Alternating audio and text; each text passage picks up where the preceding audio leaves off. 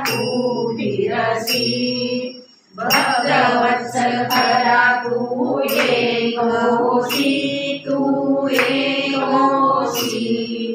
म्हणून शरण आलो, म्हणून शरण आलो तुमच्या चरणासी। जय देव जय देव जय श्री स्वामी समर्था, जय श्री स्वामी समर्था। आरती ओ वाळू, आरती ओ वाळू चरणी ठेवूया माता। त्रैगुण परब्रह्म तुमचा अवतार, तुमचा अवतार। त्याची काय वर्णू, त्याची काय वर्णू लीला पामर। शेषाधिक शिणले नलगे त्या पार, नलगे त्या पार। तेथे जडमुड कैसा, तेथे जडमुड कैसा करू मी विस्तार। जय देव जय देव जय श्री स्वामी समर्था, जय श्री स्वामी समर्था। आरती ओ वाळू, आरती ओ वाळू चरणी ठेवूया माता। महाराजांना वंदन करून स्वामी समर्थांची कृपाशीर्वाद घेऊन आदरणीय ताई मौली आणि वंदनीय रेखा मौली यांना नमस्कार करून मी माझ्या प्रवचनाला सुरुवात करते, प्रबोधनाला सुरुवात करते। परीस, परीस म्हटले की आपल्याला लगेच सोनं आठवतं का, तर परीस स्पर्शाने लोखंडाच्या वस्तूचं सोनं होतं। पण या सोन्याचा हा किंवा सोन्याचा अभ्यास आपल्या माणसाला आपणाला एवढा आहे, एवढा आहे की मिडास राजाची आपल्याला गोष्ट माहिती आहे सगळ्यांना, की त्यांना असं देवाकडून तप करून जप तप करून वरदान मागून घेतलेलं होतं की मी ज्या वस्तूला हात लावेल त्या वस्तूचं सोनं झालं पाहिजे। शेवटी ते वरदान नको म्हणून सांगितलं, तरीही आपल्याला सोन्याची आवडी आहे, सोन्याची अपेक्षा जी आहे ती आपल्याला नाही, जास्त नाही। असंच एक मुलगा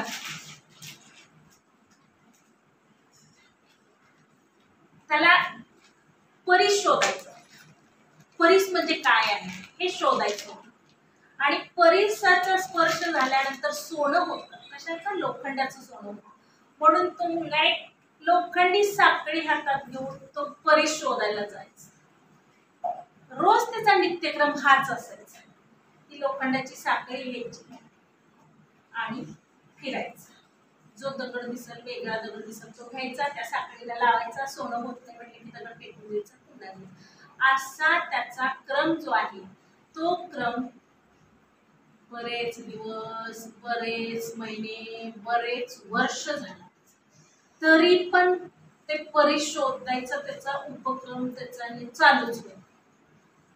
त्यातून तो पडला, धडपडला, लागलं, पाय मुरगळला, रक्त आलं, पण त्याला आपला प्रयत्न जो आहे परीस शोधण्याचा तो प्रयत्न सोडला।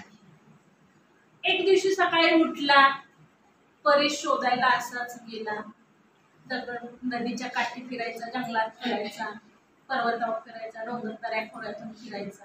असं फिरता फिरता तो काय केला, नदीच्या काठावर फिरता फिरता जो वेगळा दगड दिसत तो घ्यायचा, त्या साखळीला लावायचा, नाही साखळी सोन्याची झाली फेकून द्यायचं, नाही साखळी सोन्याची झाली फेकून द्यायचं। असं करत करत दुपार झाली, एका झाडाखाली कंटाळून बसला, हातातल्या साखळीकडे सहज बघितलं त्यानं तर त्याच्या हातातली साखळी सोन्याची झाली, ती चमकायला लागली ती साखळी।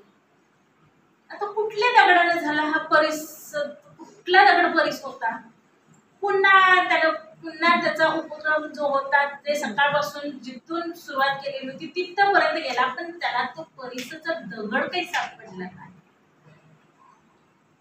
तात्पर्य काय आहे किंवा आपल्या आयुष्यात असंच आहे हो, आपलं आयुष्य, माणसाचं आयुष्य म्हणजे असंच आहे की आपल्या आयुष्यामध्ये कितीतरी गोष्टी, कितीतरी असं चांगल्या गोष्टी घडून जात असतात आणि आपल्याला काय वाटतं हे मी केलं, माझं आहे, माझं म्हणून, पण तसं नसतं। आपल्याला कोणाचे तरी आशीर्वाद असतात, कोणाचं तरी सहकार्य असतं, कोणाच्या तरी सद्भावना असतात, कोणाचे तरी वरदहस्त पाठीशी असतो आणि त्यामुळे आपल्या आयुष्यामध्ये ज्या काही चांगल्या गोष्टी होत असतात, ज्या काही चांगल्या गोष्टी घडत असतात, जे काही आपलं चांगलं होत असतं कुणाच्या तरी आशीर्वादाने, कुणाच्या तरी पुण्याईने, मग तिथं आपला थोडासा प्रयत्न आहे. आपला प्रयत्न नाही असं नाहीये, आपण करतो नाही असं नाही, पण हेही आपल्या बरोबर आपल्याकडं असलेली पुण्याई आहे. मग या गोष्टी ज्या आहेत त्या या परिसाप्रमाणेच आहेत. या गोष्टी आपल्या आयुष्याला मिळालेल्या या गोष्टी ज्या आहेत त्या परिसाप्रमाणेच आहेत आणि मग आपल्या जीवनाचं त्यानं सोनं होतं, आपलं आयुष्याचं सोनं होत असतं आणि आपल्याला कळत सुद्धा नाही की कुणाच्या संपर्कात आल्यानंतर आपल्याला चांगलं झालेलं आहे. आपण आपल्या आयुष्यामध्ये रोज कितीतरी माणसं, कितीतरी वेगवेगळ्या प्रकारची माणसं येत असतात आणि कुणाकडून आपल्याला काही चांगल्या गोष्टी मिळत असतात, काही उपदेशपर असतात, काही प्रबोधनपर असतात, काही त्यांच्या विचारातून असतात, काही त्यांच्या वर्तनातून असतात. अशा गोष्टी आपण न कळतपणे आणि मुळातच आपण अनुकरण केले माणसं. कोणाचं तरी चांगलं दिसलं, कोणा एखादीचं आपण गृहिणी आहे सगळ्यांनी, कोणाचा स्वयंपाक छान असेल तर आपण तिच्याकडून तो पदार्थ कसा करतो ते शिकत असतो. कोणाला एखाद्याला वक्तृत्व चांगली असेल, एखाद्याला गायनाची कला चांगली असेल, एखाद्याला भजनाची कला चांगली असेल किंवा एखाद्याला आणि दुसऱ्या काही रांगोळी असतील, चित्रकला असेल, पेंटिंग असेल, यांच्या कुठले प्रत्येक गुण आलेले असतात. म्हणजेच आपल्या आयुष्यामध्ये त्यांच्याकडून चांगलंच आलेलं असतं आणि याच गोष्टी परिसर प्रमाण आहेत. हे खरोखरच एखाद्या परिसरचा दगड घ्यायचा आणि त्या लोखंडाला घासायचं म्हणजे आपलं आयुष्य चांगलं झालं असं नाही.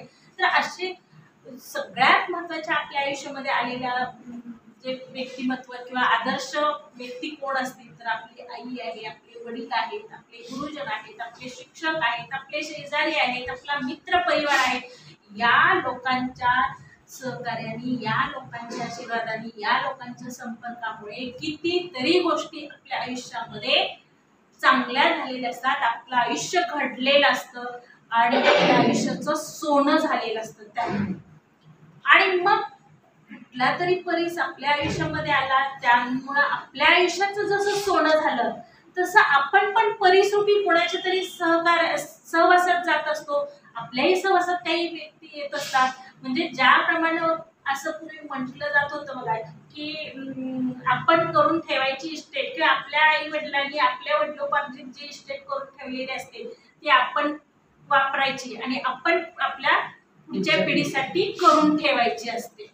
त्या पद्धतीनं आपल्याला जशा एखाद्या व्यक्तीकडून, भले मग ते गुरु असो, शेजारी असो, मित्र परिवार असो किंवा आई वडील असो किंवा आणि दुसऱ्या कोणीही व्यक्ती, आपण माणसं आहोत, आपल्याला इतकी नाती आहे तितकी नाही, त्यांच्याकडून कुठल्याही गोष्टी जशा आपल्याला मिळतात तशा आपल्याकडून सुद्धा आपल्या सहवासामध्ये आलेल्या व्यक्तीला त्या द्याव्यात. म्हणजे आपण त्या आपल्यावर झालेल्या ज्याकडून मिळालेल्या चांगल्या गोष्टी आहेत त्या जशा आपल्याला मिळतात तशाच त्याची परतफेड आपण आपल्या पुढच्या पिढीला त्या पोहोचवायच्या असतात, द्यायच्या असतात आणि त्या तशा दिल्या की त्यांचंही आयुष्य घडत असतं. म्हणजेच काय तर कुठल्याही चांगल्या गोष्टी आपण जशा दुसऱ्याकडून घेत असतो तशाच आपल्याकडे असणाऱ्या चांगल्या गोष्टी दुसऱ्याला त्या द्यायच्या असतात. म्हणजे जसं आपलं कर्म आपण घडवतो तसंच आपल्या हातून दुसऱ्याचं जर चांगलं घडत असेल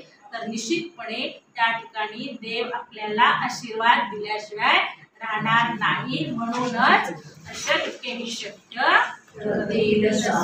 श्री स्वामी.